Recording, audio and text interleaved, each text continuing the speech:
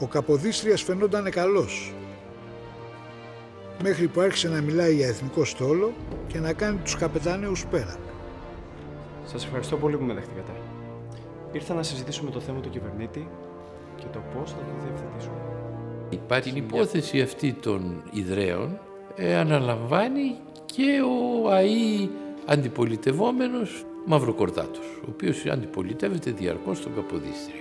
Θεωρεί ότι αυτή είναι μια σπουδαία ευκαιρία και παίρνει το μέρος των Ιδραίων σε αυτή τη διεκδίκηση.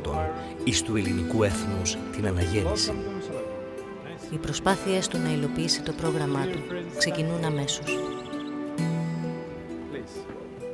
Όταν έφτασε ο Βύρον στο Μεσολόγγι, αμέσως κατακλείστηκε από πάρα πολλά αιτήματα για χρηματοδότηση.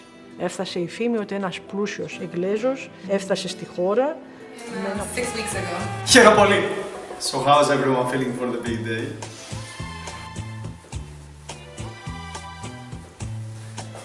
Κάθε μέρα το ίδιο φαΐ, ρε φίλε. Λοιπόν... Φίλιππε, έμαθα ότι οι γονείς σου δεν είναι πια μαζί μας. Βέβαια, σου αφήσανε κάποια περιουσία για να καλύψεις ένα κάποιο κενό, έτσι. Εγώ που λες ασχολούμαι με το χρηματιστήριο. Δύσκολη καιρή για χρήμα. Συγγνώμη, δεν βλέπεις ότι κατρώει άνθρωπος εδώ μέσα? Έλα, έχω δει και καλύτερα. Λοιπόν, λέγε, ποιος έχει βάλει να μας δουλεύεις εδώ μέσα? Δεν καταλαβαίνω τι εννοείς και βρίσκω τη συμπεριφορά σου άκρως ανάρμοστη.